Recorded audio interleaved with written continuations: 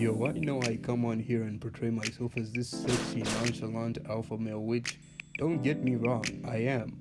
But even I have to admit at a certain point that love is a beautiful thing. Nah, who the fuck am I kidding? I'm dying alone.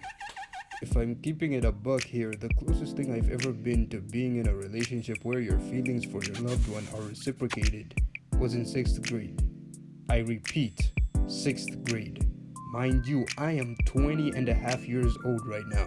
I was 11 in 6th grade, so I've basically been single my whole life at this point. There's no saving me. Whole time I've been single, my homie's been catching bad bitches left and right like they're Pokemon. Now, if I'm going to explain this shit well, I'll have to start from the very beginning. 3rd grade.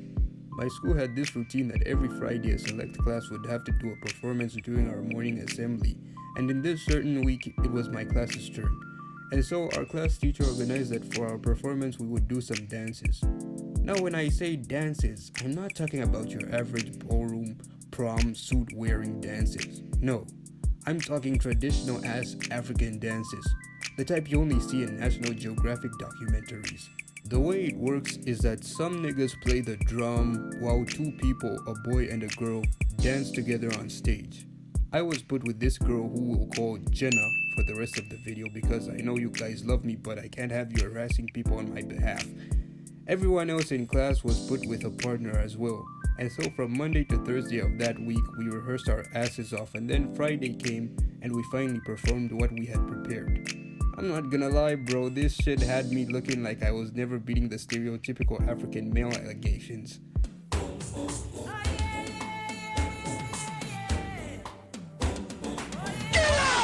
Seeing that this was primary school, you already know what type of demon timing niggas was on. Just because I danced with Jenna that Friday, from then on my friends started spamming that I liked her even when this was light years away from the truth. And I have no idea why I was the only one in the friend group catching these strays. Fuck you mean? You telling me that out of everyone else in this bitch, I'm the only one being pressed with crush allegations? Oh, hell nah! Fast forward a year later in 4th grade, and the crush allegations turned out to be true. I mean, what can I say, guys? It turned out your boy's not homosexual and was into 9-year-old girls. That sounded better in my head. I'll be completely honest with you, I have no idea how these feelings came about. They just randomly spawned in the same way cops in GTA start spawning in just cause you pointed a blick at a nigga. Now me being me, I couldn't allow myself to just sit with these feelings, so I decided to do the manliest thing 4th grade me could do. I proceeded to tell Jenna's best friend Lisa to tell Jenna that I liked her. I know, major L coming from your goat. I have no excuses, gang.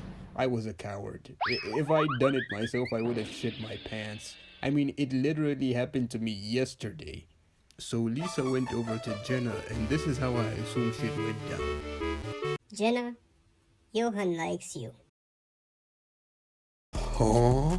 What? You mean to tell me the great Johan is interested in being in a relationship with the likes of me? Say wallahi, bro, say wallahi. Get off that nigga dick, bro. What is you doing? Yo, I don't know who the fuck wrote this script, but nah, this nigga glazing for real. In all seriousness though, this was her response bar for bar to what Lisa told her. Okay. Okay. Lisa came back and told me she said okay. Well, to be fair, she said okay and that she didn't like anyone. But that doesn't make it better. With this information, any sane person would just pack it up and move on. Maybe even end themselves because they were overwhelmed by the cringiness of their actions. But me? I was a completely different breed of human, my nigga. Guess what my dumb ass did? My dumb ass proceeded to pull this same stunt at least 10 more times. 10 more times over the course of the next 2 years. This nigga is trash. I'd send Lisa over to tell her I liked her. She'd come back with the same answer, and then I'd rinse and repeat. I cannot make this shit up, gang. I'm cringing and crying of embarrassment just telling this story. It's bad enough to make a grown man cry. If I could meet my younger self, I'd tie him up and give myself the ass whooping of my life. Midway through 6th grade, after fumbling 10 more times, Jenna finally told Lisa to come tell me that she likes me. When those words touched my ears, I was so happy I was doing somersaults like I was an old man who magically gained his youth back. This experience should have gone down as the greatest comeback known to man. This showed me that truly, dreams are achievable if you show up consistently and if you're persistent as fuck. But the only problem was that I had no clue what to do next. In your typical high school rom-com, the nerdy protagonist finally gets the popular girl. He's happy, she's happy, everyone lives happily ever after. The movie ends, the credits roll in, and everyone goes home. But that's just it. This wasn't a high school rom-com because for one, this was primary school, obviously, and because this was real life with real consequences of real actions. Now don't take this the wrong way, I was happy that she finally felt the same way about me that I did about her. But I just started thinking to myself, what now? To put this shit into perspective, I was an 11-year-old. I practically had no fucking idea what a relationship was, and given how expensive relationships are nowadays, I had nothing to my name. The only thing I ended up doing is kick rocks. And the cherry on top is that we didn't even agree to be boyfriend and girlfriend. So if shit went south, would you really blame 11-year-old me, nigga? I was literally a baby trying to put on a man's shoes. 2 months of a whole lot of nothing goes by, and for some reason I decided to pull the same stunt one more time and tell Lisa to tell Jenna that I liked her. I know, bro, at this point this shit's become a running gag. This story's become damn near predictable now. Lisa comes back and gives me the same answer she's given a million times. I don't like anyone. Bro, where is the progression? I thought we were already past this, bro. I thought we were trying to drive the narrative forward, not push it 50 million years back, nigga. What the fuck is we on? Niggas talk about One Piece having insanely terrible pacing. Wait till they get a load of this shit.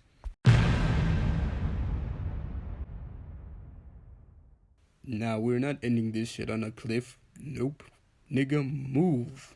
Now, of course I was heartbroken. If I had a phone, I would have been posting sad Bart Simpson edits or had a sad Bart profile picture. But no, I had strict parents, so I can't relate to your corny phase. But what made me even more heartbroken is when Jenna started sending letters to my best friend Dave through Lisa. From that day forward, Lisa and Dave became my ops.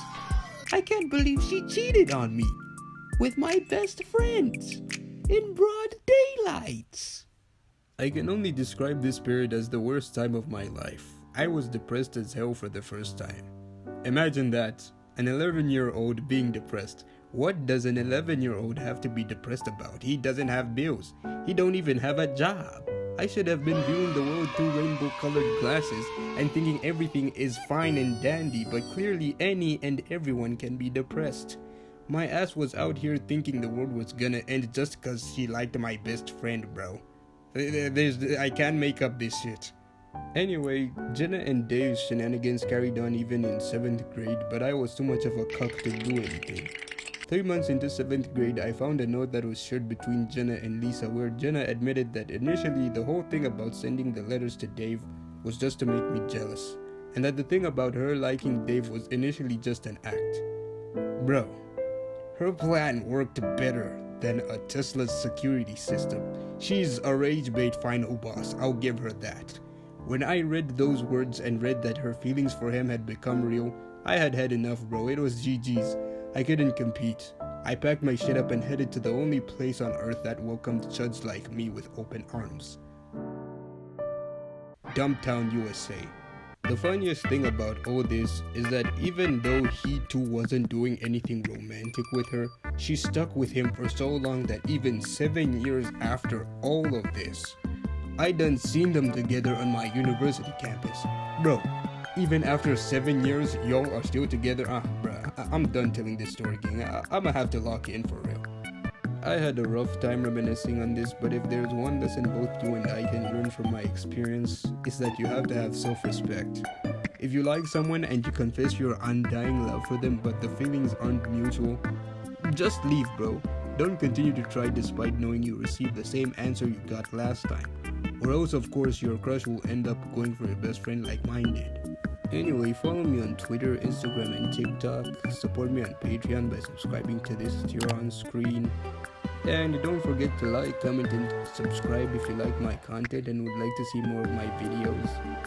And yeah, that's about it. And I'll see you guys in the next video. Bye! Ooh, yeah,